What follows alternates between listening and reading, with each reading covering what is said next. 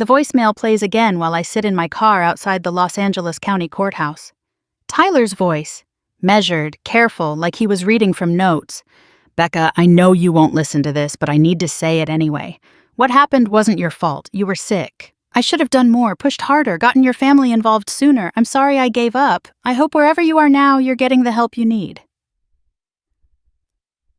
He left this message 3 weeks after I burned down our apartment. 3 weeks after I nearly killed us both, trying to prove I didn't have a problem. Now I'm about to stand before a judge and explain why I deserve leniency for something I swore I'd never do. But Tyler was wrong. I didn't need help. I just needed him to stop trying to control me, stop monitoring my every move, stop acting like my occasional partying was some kind of disease. If he'd just trusted me, none of this would have happened. The courthouse security guard taps on my window. "Court starts in 15 minutes, miss." I know. I've been sitting here for an hour, replaying that voicemail, trying to figure out exactly when Tyler turned from my boyfriend into my enemy. When the man who was supposed to love me became obsessed with fixing something that, to me, wasn't broken. We met at a rooftop party in Silver Lake 2 years ago. I was 20, fresh out of my parents' house in Riverside, working at a boutique on Melrose, and finally living my real life. Tyler was 24, a sound engineer at a recording studio in Burbank, with steady hands and a gentle smile that made me feel seen. "You laugh like you mean it," he said, approaching me at the bar. "Most people here are just performing." I was drunk already, 4 drinks in and feeling invincible, but something about his observation made me pause. "Maybe I'm just a really good performer." "Maybe," he agreed, "but I don't think so." We talked until sunrise, sitting on the roof as Los Angeles woke up below us. He told me about mixing music, about finding the perfect balance between all the different tracks. I told him about my dreams of being a stylist, of dressing celebrities and seeing my work in magazines. "You'll do it," he said with such certainty. "You've got that hunger. I can see it." Nobody had ever believed in me like that before. My parents thought fashion was frivolous. My friends from high school were all stuck in Riverside, getting married and having babies. But Tyler saw something bigger in me. We were inseparable after that night. He'd pick me up after work and we'd drive through the hills, windows down, music loud, talking about everything and nothing.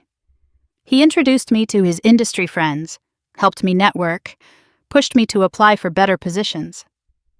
"You're too talented for retail," he'd say. "You should be on sets, working with real stylists." Because of his encouragement, I got an internship with a celebrity stylist. Unpaid, but Tyler said that was how everyone started. He covered more of our dates, helped with my gas money, never made me feel bad about being broke. "We're a team," he said when I tried to protest. "Your success is my success."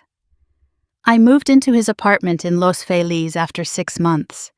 A gorgeous place with exposed brick and big windows that caught the morning light. Tyler had lived there for 3 years, had made it beautiful in his careful, thoughtful way. Plants everywhere. Vintage furniture he'd collected from estate sales. A sound system worth more than my car. "This is your home now too," he said, clearing out half the closet for my things. "Change whatever you want." But I didn't want to change anything. I wanted to disappear into his perfect life, become the kind of girlfriend who deserved all this beauty and care. I wanted to be the person he saw when he looked at me. The partying wasn't new. I'd been drinking since high school, smoking weed since freshman year of college. But in Tyler's apartment, with his steady presence and early morning recording sessions, I tried to tone it down. Tried to be the sophisticated Los Angeles girlfriend instead of the messy valley girl who took shots until she blacked out. It worked for a while. We had dinner parties where I'd limit myself to wine. Industry events where I'd nurse one cocktail all night. Sunday mornings at the farmer's market, clear-headed and glowing, picking out flowers for our kitchen table. "I love our life," I told him one morning, arranging sunflowers in a vase he'd bought me. "I love who I am with you." "You're the same person," he said, kissing my forehead. "Just happier." But happiness is exhausting when you're pretending. And I was pretending all the time, pretending wine was enough when I wanted tequila, pretending I was tired when I was coming down, pretending the internship was fulfilling when I was really just steaming clothes and fetching coffee. The coke started at an after-party in West Hollywood, some music producer's house in the hills, the kind of place with a pool that glowed purple and a view that made you feel like you owned the city. Tyler had gone home early. He always went home early. And I stayed, telling him I was networking. "You sure you're okay getting home?" he'd asked, his hand on my lower back, protective as always. "I'm a big girl," I said, kissing him goodbye. "I'll Uber." But I didn't Uber home until 7 the next morning, pupils dilated and jaw clenched, fabricating a story about staying at my coworker's place because I'd had too much wine. "You could have called," Tyler said, making me breakfast I couldn't eat. I was worried. He still cracked the eggs like nothing had changed, like love could feed someone who didn't want to be saved. "My phone died," I lied, even though we both knew I carried a portable charger everywhere. He wanted to believe me, so he did. It was easier to trust me than to face the truth that I was already gone. That's how it started. Tyler always choosing trust over instinct, love over logic. The producer from that party became my dealer. Kai, his name was, though I doubt that was real. He lived in one of those glass houses in the bird streets and always had party girls around. Always had coke that was pure baby, the best you'll ever have. I started going there during the day when Tyler was at work. Just a bump to get through the internship. Just a line to feel confident at industry events. Just a little more to keep the party going. "You've been so energetic lately," Tyler noticed, watching me clean our apartment at midnight, reorganizing his records for the 3rd time that week. "Did you switch coffee brands?" "Just excited about life," I said, manic with powder courage. "Is that a crime?" That's when I started turning things around on him, making him feel guilty for noticing changes, paranoid for asking questions. It was so easy with someone who loved me, who wanted to trust me more than he wanted to protect himself. The first time Tyler noticed something was wrong was at his company's Grammy party. Open bar, beautiful people, the kind of event I'd dreamed about attending. I promised myself I'd be good, professional, make Tyler proud. 3 hours later, I was in the bathroom doing coke with a girl I'd just met, missing Tyler's big moment when his project won. But that wasn't the worst part. The worst part was what happened in the coat check room with the A&R guy who'd been buying me drinks. "Your boyfriend's talented," he said, pressing me against the wall. "But he seems a little straight-laced for a girl like you." I let him kiss me. Let him put his hands under my dress. Let him think he was showing me something Tyler couldn't. When I finally pushed him away, it wasn't out of guilt. It was because I heard them announcing Tyler's category. "Where were you?" Tyler asked in the car after, hurt clouding his face. "I looked for you everywhere." "There was a line for the bathroom," I said, checking my nose in the mirror, tasting another man's mouth. "I'm sorry, baby." "I'm so proud of you." He believed me because he wanted to. Because Tyler always chose to see the best in people, especially me. He even apologized for making a big deal about it, said the win had made him emotional. That's when I learned how easy it was, how simple to make him doubt his own instincts, to turn his concerns into apologies. Every time he got close to the truth, I just had to make him feel crazy for suspecting me.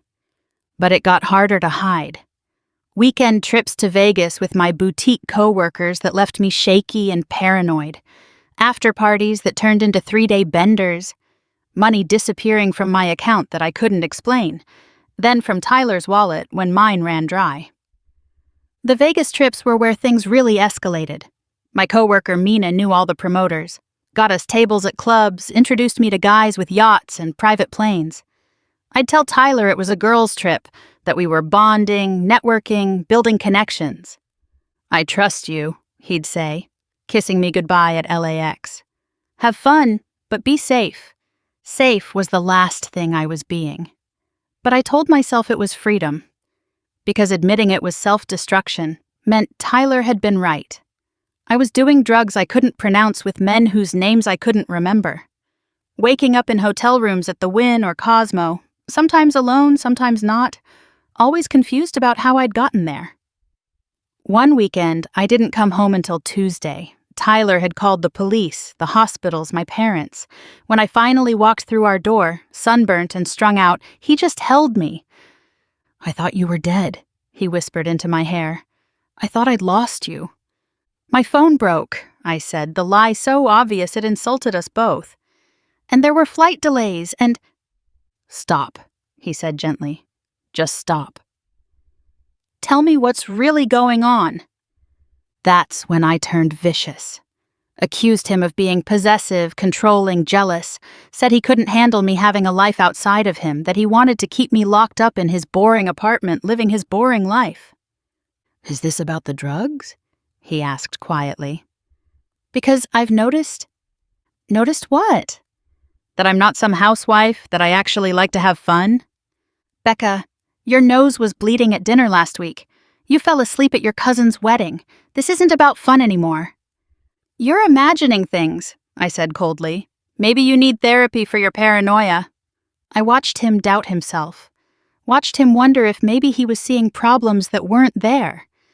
It was like poisoning someone slowly, drop by drop, until they couldn't trust their own senses.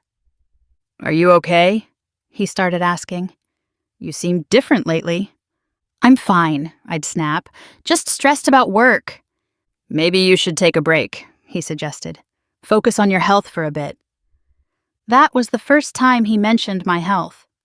Like having fun was a sickness, like being 22 in Los Angeles without a trust fund wasn't stressful enough to warrant some chemical relief. The cheating got worse as the drugs got harder. There was the DJ from Sound nightclub who sold me Molly and got payment in other ways. The bartender from Chateau Marmont who did lines off my stomach in the staff bathroom. The photographer who shot me for his project that was really just an excuse to get me high and naked. Each time I'd come home to Tyler, shower off the evidence, crawl into bed beside him like nothing had happened. He'd pull me close, tell me he loved me, and I'd feel nothing but contempt for how easy he was to fool. "You smell different," he said once after I'd been with the photographer. "Like cigarettes and something else." "New perfume," I lied. "Don't you like it?" "I liked your old smell better," he said sadly. "Like vanilla and that shampoo you use. I started using more perfume, more mouthwash, more everything to cover what I was doing. But Tyler wasn't stupid. He was just in love. And there's a difference between not seeing and not wanting to see. I started hiding it better. Eye drops for the redness, makeup to cover the circles, breath mints and body spray and careful timing. I became an expert at deception, at making Tyler think he was imagining things. One night he found texts on my phone. Nothing explicit, but enough to raise questions.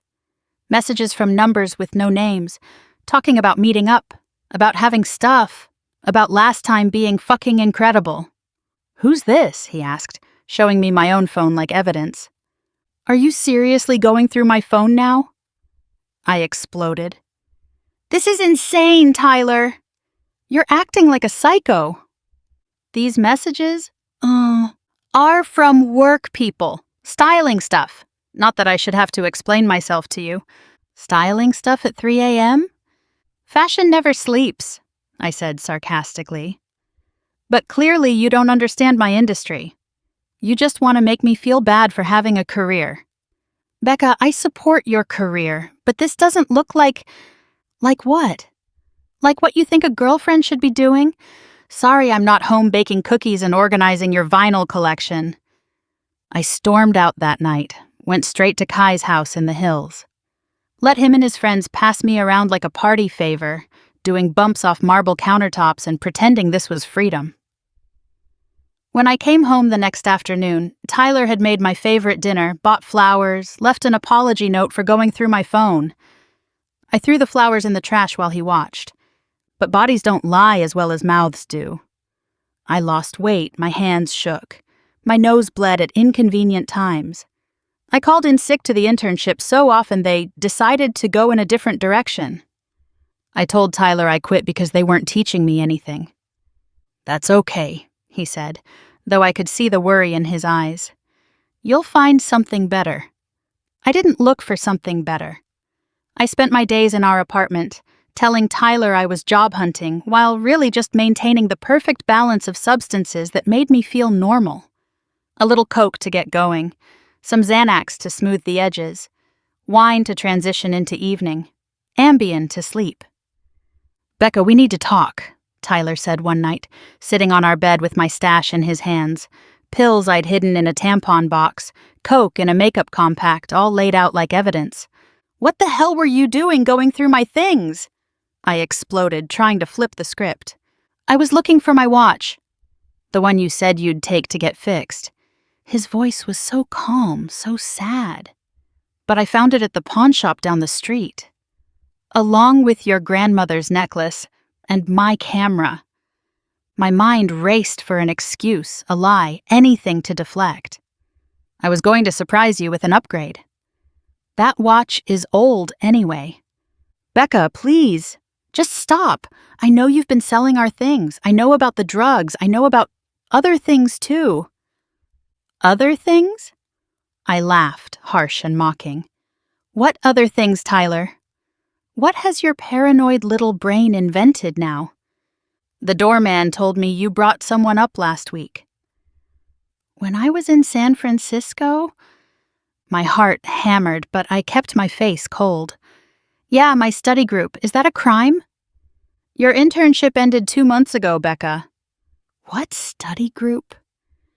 The one for my new job, I lied smoothly. Which I start next week. Not that you bothered to ask.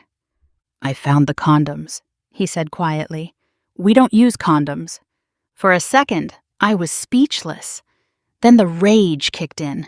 How dare he catch me? How dare he make me feel guilty? Those are from before we met, I said.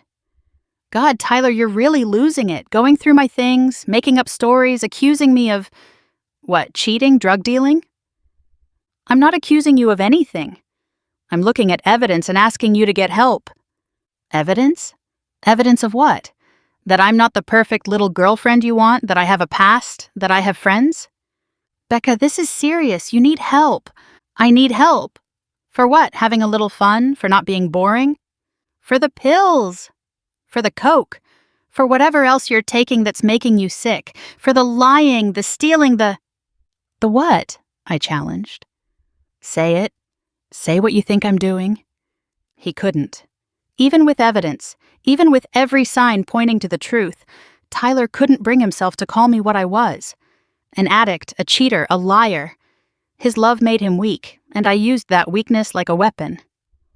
I'm not sick, I screamed. You're just controlling and paranoid and jealous that I have friends, that I have a life outside of your stupid apartment and your stupid plants.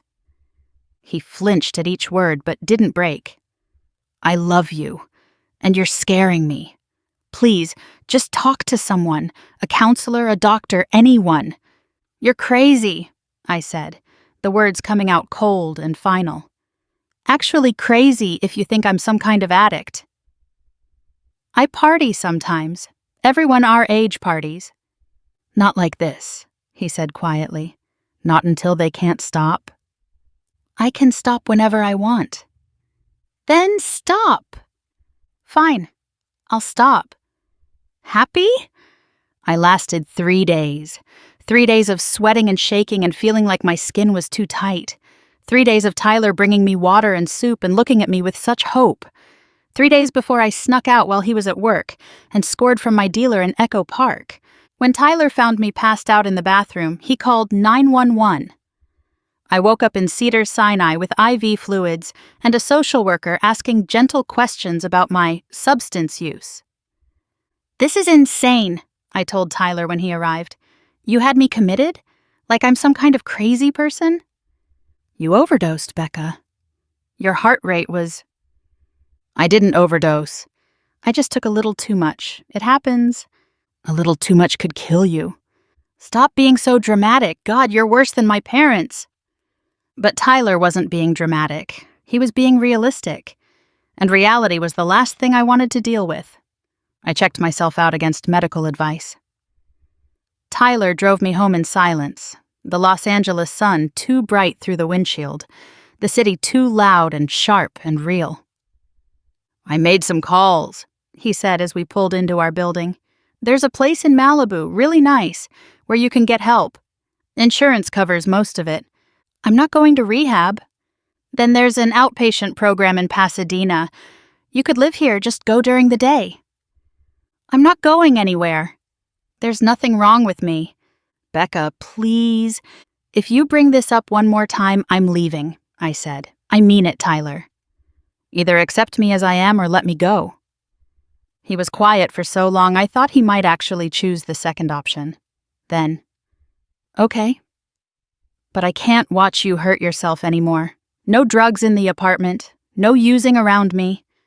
Those are my boundaries." "Fine," I agreed, already planning how to hide it better. But Tyler had learned too. He started checking my eyes when I came home, noting when money went missing, asking specific questions about where I'd been. He wasn't controlling, he was scared. But I couldn't see the difference. "You're suffocating me," I said one night after he found the vodka bottle I'd hidden in the laundry detergent. "I'm trying to save your life. My life doesn't need saving. You're the one who needs help for your obsession with controlling me."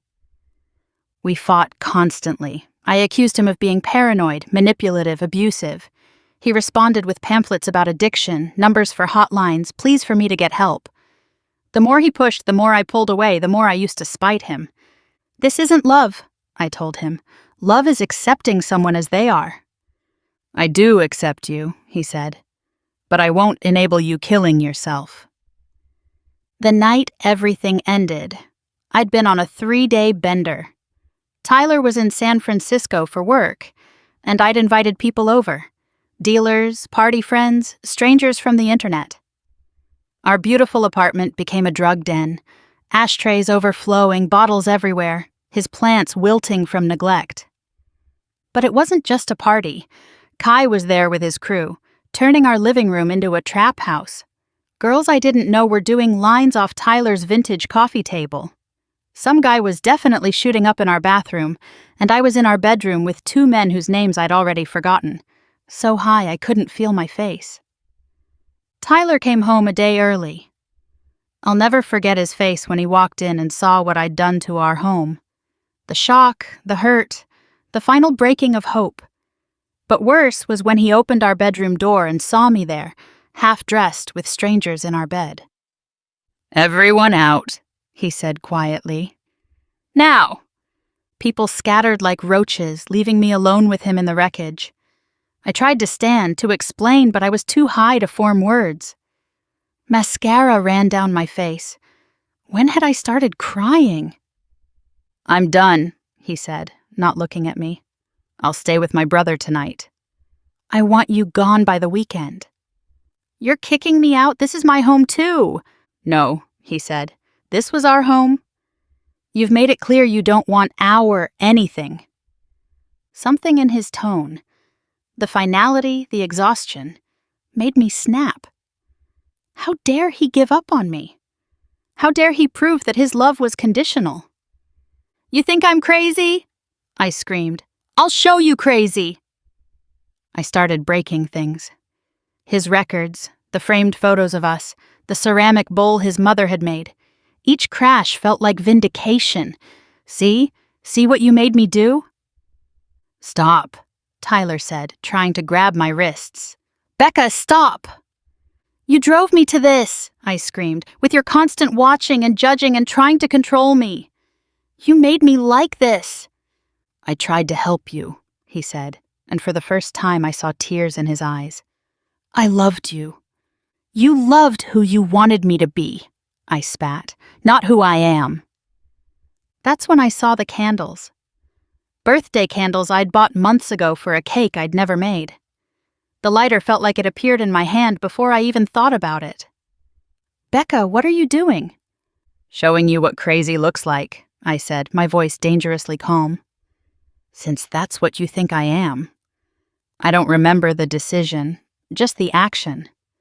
My hand moved on its own, tipping a single flickering flame onto the arm of the couch.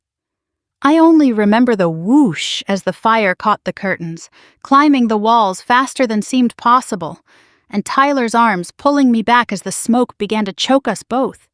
He coughed until his voice broke, dragging me through the hallway while I screamed at him to let go, still convinced he was the enemy. The fire department saved the building, but our apartment was destroyed. Everything Tyler had collected, built, loved, gone. Because I had to prove a point. Because I couldn't admit he was right. I was arrested that night. Arson, reckless endangerment, destruction of property. Tyler refused to press additional charges, told the police I was sick, needed help, not punishment. Even then, even after I'd literally burned down our life, he was trying to save me. But I wasn't grateful. I was furious. I told anyone who'd listen that he'd driven me to it, that his constant accusations and control had made me snap, that he was the crazy one, not me. My public defender didn't buy it. Neither did my parents, who finally saw what their daughter had become. Or my friends, who'd watched me spiral for months. Only I believed my story, clinging to it like the last pill in the bottle. Now, I'm about to face a judge, about to find out if I'll serve time for what I did. My lawyer says if I show remorse, acknowledge my addiction, agree to treatment, I might get probation.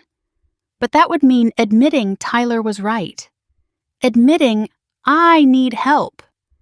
Admitting I'm exactly what I swore I wasn't. I play his voicemail one more time. You were sick. I should have done more. He's still taking responsibility, still blaming himself for not saving me. After everything I did, everything I said, everything I destroyed, he still thinks he failed me. But Tyler didn't fail. He loved me. He fought for me. He tried to pull me back from the edge even as I spit in his face and called him crazy. He saw what I couldn't, that I was drowning and mistaking it for swimming. I get out of the car, legs shaky in heels I shouldn't have worn. The California sun is brutal, exposing everything I've tried to hide. In the harsh light, I can see myself clearly.